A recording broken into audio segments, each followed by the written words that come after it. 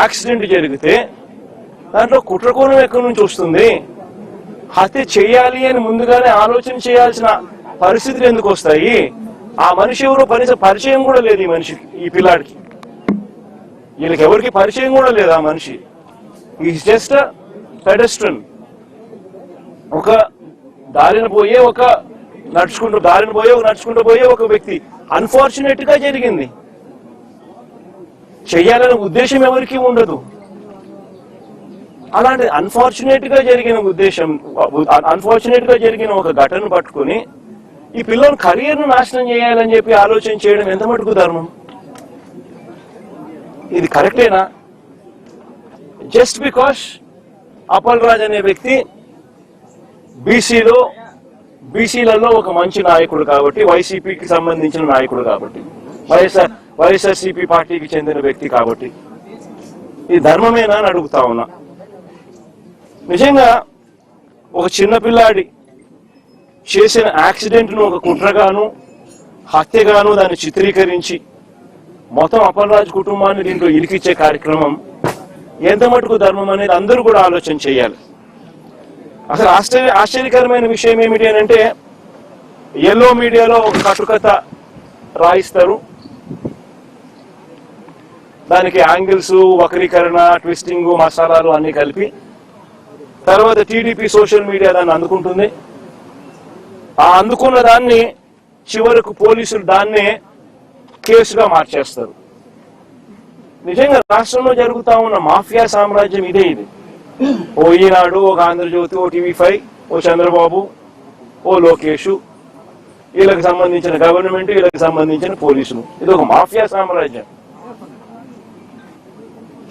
నిజంగా ఇది ధర్మమేనా అని చెప్పి నిజంగా అందరూ కూడా, ప్రతి ఒక్కరూ కూడా గుండెల మీద చేతులు వేసుకుని ఆలోచన చేయాల్సిన అవసరం ఉన్న ప్రశ్న ఇది. అప్పల్ రాజ్ విషయానికి ఒకసారి వద్దాం. అప్పల్ రాజ్ అనే వ్యక్తి 10వ తరగతిలో he was state first rank. Appal Raj అనే వ్యక్తి వీళ్ళ నాన్న 10th క్లాస్లో స్టేట్ ఫస్ట్. చంద్రబాబు నాయుడు గతంలో ముఖ్యమంత్రిగా ఉన్నప్పుడు వచ్చి అవార్డు ఇచ్చినాడు వీళ్ళ నాయనకు, స్టేట్ ఫస్ట్ అవార్డు ఇచ్చినాడు.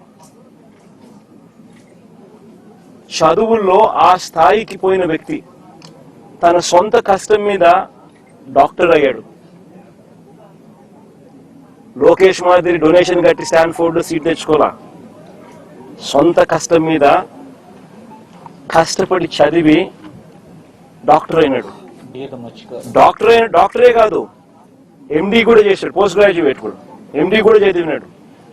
చదివి ఒక మంచి డాక్టర్ గా పేరు తెచ్చుకున్నాడు. తర్వాత నేను వైఎస్ఆర్సీపీ తరఫున టికెట్ ఇస్తే ప్రజల ఆశీర్వాదాలతో ఎమ్మెల్యేగా అయ్యాడు.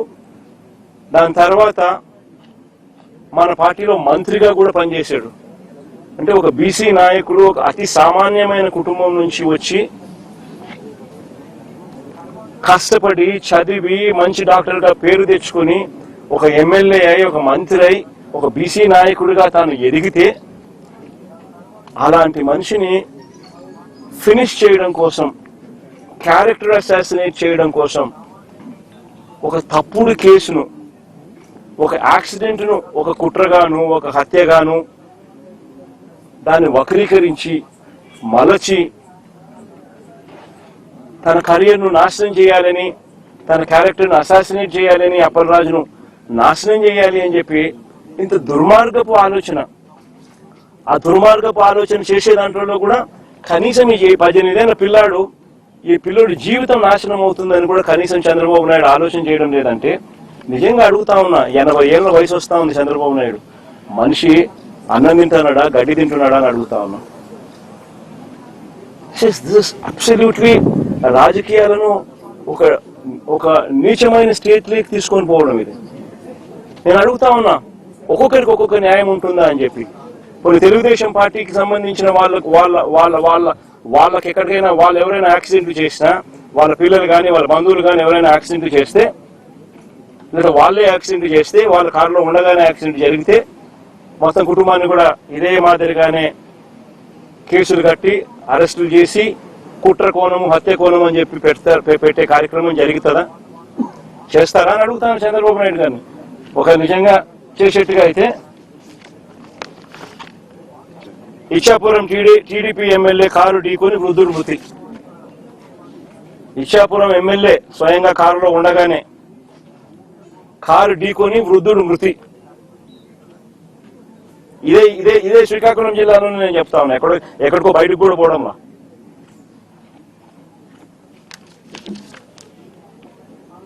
(31/12/2024).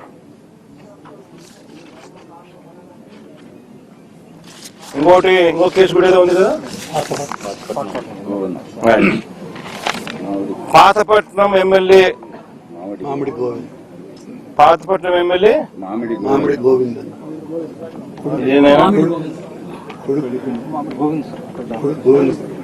ఇదేంటి కొడుకును తప్పించి డ్రైవర్.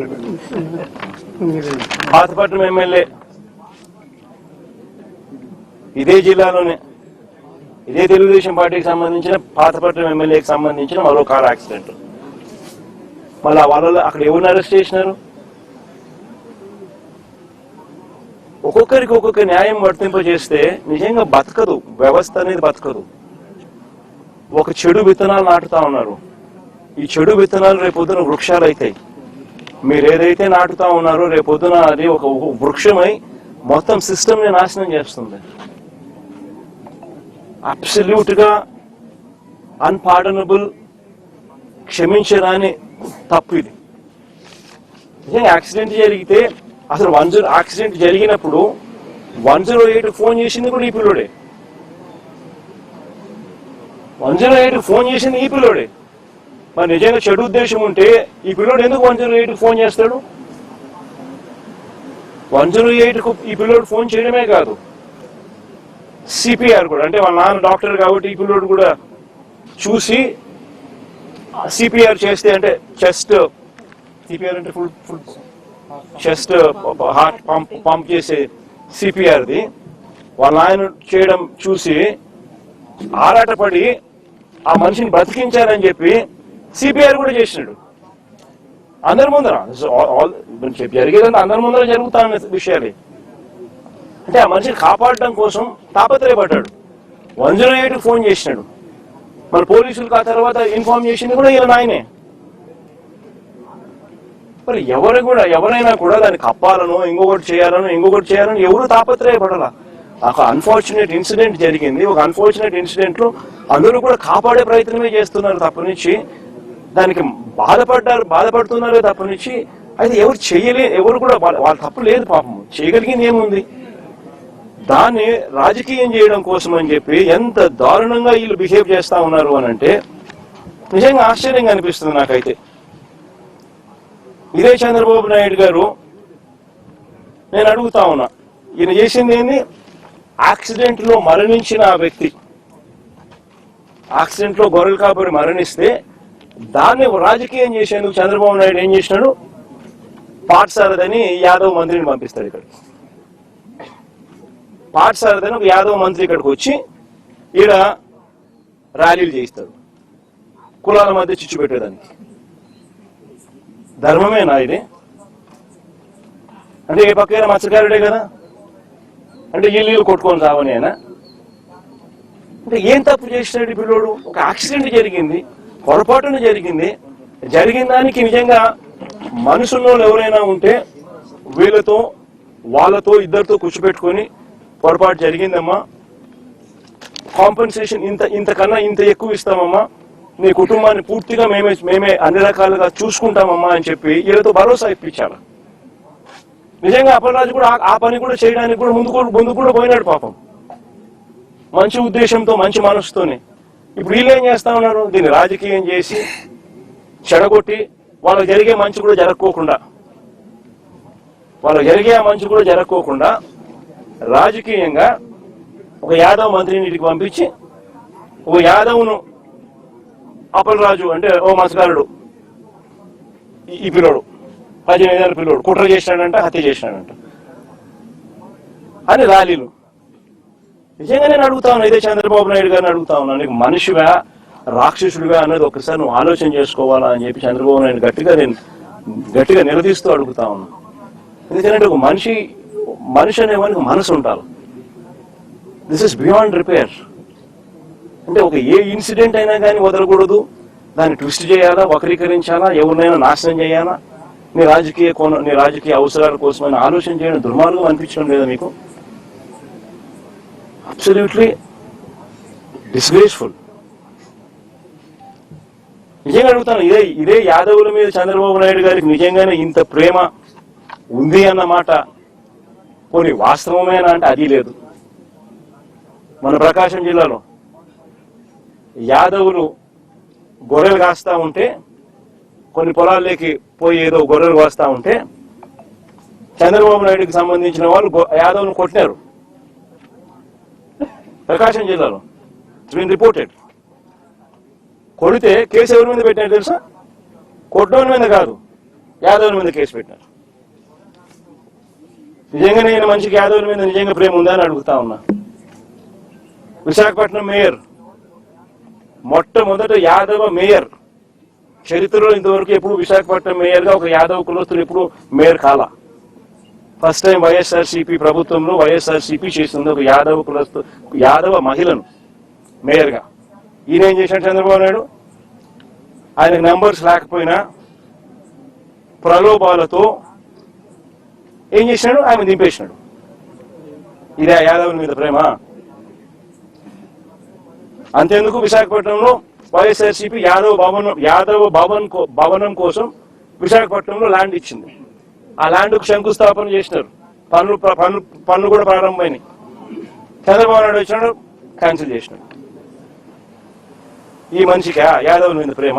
అసలు యాదవులు కాదు, అసలు బీసీలు అంటే కూడా ఈ మనిషికి లెక్కలేదు. కొన్ని మత్స్యకారుల మీద ఏమైనా ఉందా అంటే లేదు. మత్స్యకారుల లీడర్లను నాశనం చేయడం, కుట్రలు పని వాళ్ళను కుట్ర కోణంతో వాళ్ళను చరిత్రహీనులుగా చేసే కార్యక్రమం చేయడం. మొన్న విశాఖపట్నంలో మత్స్యకారులు చనిపోతే 7 మంది వేటకపోయి అందులో 6 మంది చనిపోతే కనీసం మానవత్వం చూపలా. ఒక మంత్రి పోలే కనీసం ఆ ఇళ్ళకాడికి, వాళ్ళని కనీసం ఓదార్చడానికి పోయింది జగన్ అక్కడికి. ఈ మనిషి ఎవరి మీద ప్రేమ లేదు. అసలు పేదవాడు అనే పేదవాడి మీద అసలు ప్రేమే లేదు ఈ మనిషికి. బీసీలను ఓట్ బ్యాంక్ కింద వాడుకుంటాడే తప్ప బీసీల మీద ఏమాత్రం ప్రేమ లేదు. నిజంగా బీసీల మీద ప్రేమ ఉంటే అక్కచెల్లెమ్మలకు 0 వడ్డీ పథకం, అందరికన్నా నష్టపోయేది బీసీలే, బీదోళ్లే. ఎలక్షన్ మేనిఫెస్టో ఒకసారి చూడండి.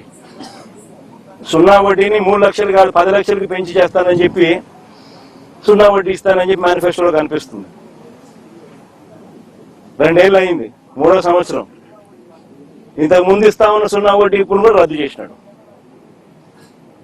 పొదుపు సంఘాల రుణాలు తగ్గిపోయినాయి. 20,000 చిల్లర కోట్ల నుంచి వైఎస్ఆర్సీపీ ప్రభుత్వ హయాంలో 49,000 కోట్లకు మేము తీసుకొని పోతే, ఈ ప్రభుత్వం వచ్చిన తర్వాత చంద్రబాబు నాయుడు గారి హయాంలో 49,000 కోట్ల నుంచి పొదుపు సంఘాల రుణాలు ఈ రోజు తగ్గిపోయి 49,000 నుంచి 30 చిల్లర కోట్లకు వచ్చింది. 39,000 ఎంతో తగ్గిపోయి. చేయూత లేదు, ఆసరా లేదు, 0 వడ్డీ లేదు. గతంలో వైఎస్ఆర్సీపీ హయాంలో ఉన్న పథకాలన్నీ రద్దు. ఫీజు రీయింబర్స్మెంట్ బకాయిలు దాదాపుగా 9,000 కోట్లు ఉన్నాయి. విద్యా దీవెన, వసతి దీవెన బకాయిలు.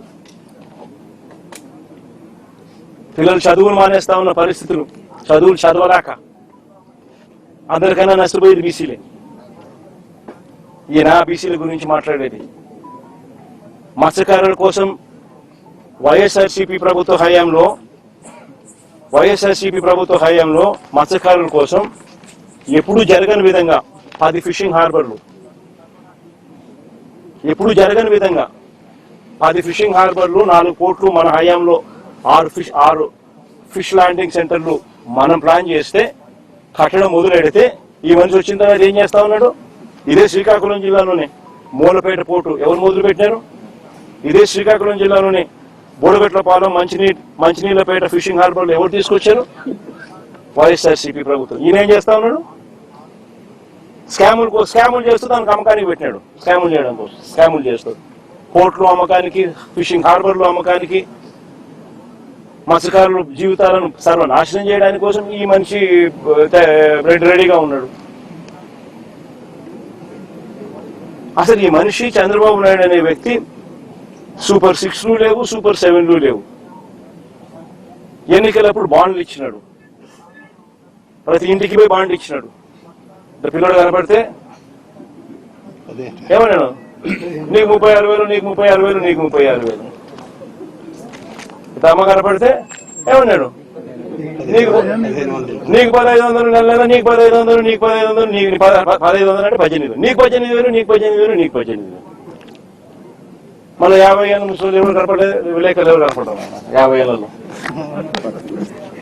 50 ఏళ్ళ ఎవరు కనపడితే ఏమంటాడు? నీకు 48,000, నీకు 48,000, నీకు 48,000. అందరికి బాండ్లు. అమ్మ ఒడి 15,000 కదా దేవుడు ఎరుగు, అందరికీ ఇస్తాను కదా దేవుడు ఎరుగు.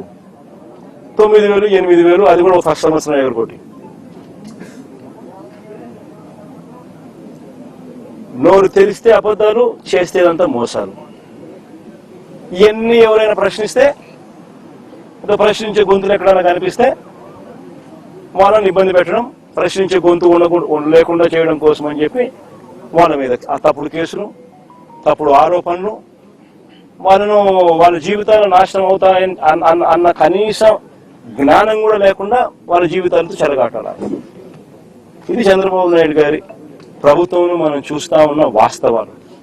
నేను ఒకటే చెప్తా ఉన్నా, ఈ కుటుంబానికి, అప్పలరాజు కుటుంబానికి వైఎస్ఆర్సీపీ పార్టీ అండగా ఉంటుంది, తోడుగా ఉంటుంది.